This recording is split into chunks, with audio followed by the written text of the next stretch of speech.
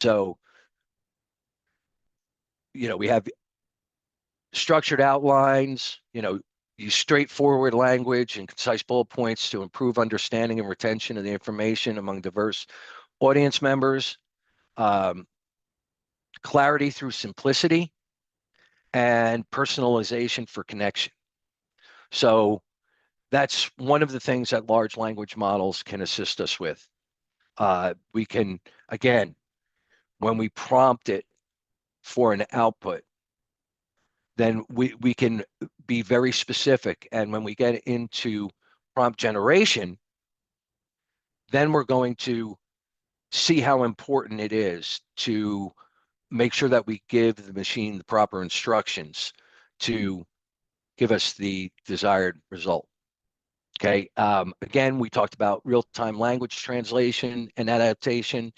The one thing that there have been real-time translators, it was actually a handheld device where, if you were overseas somewhere, it would translate on the spot for you.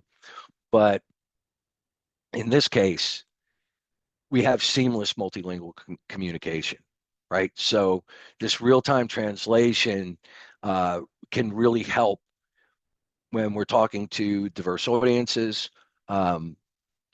We've again, this has all been done manually in the past. So if you think of the United Nations, well, you have people from countries all over the world, and they don't all speak English, right? So they're wearing a headset, and there's a translator who's listening to the speaker and then translating it into their appropriate language.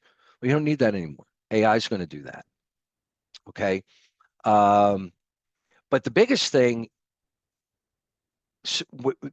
those handheld devices that would do the translation, there was no context, right? So the models that we use today consider context and tone, right? And now, we talk about tone, and in the United States and speaking English, tone is important, but it's not as important as it is in other countries.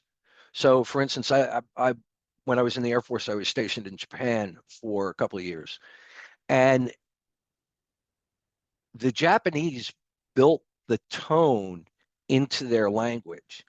So, if you wanted to be like, they actually had words that you would use professionally, personally, and they would be completely different words, but that was intentional to create a tone.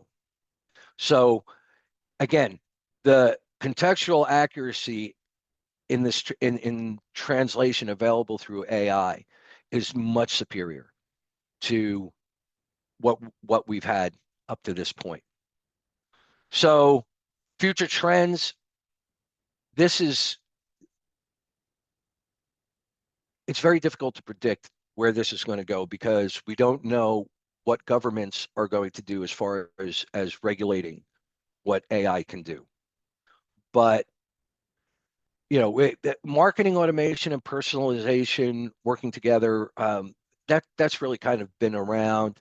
AI can help businesses target very specific demographics, whether it's age or geography or some other demographic that they're looking at.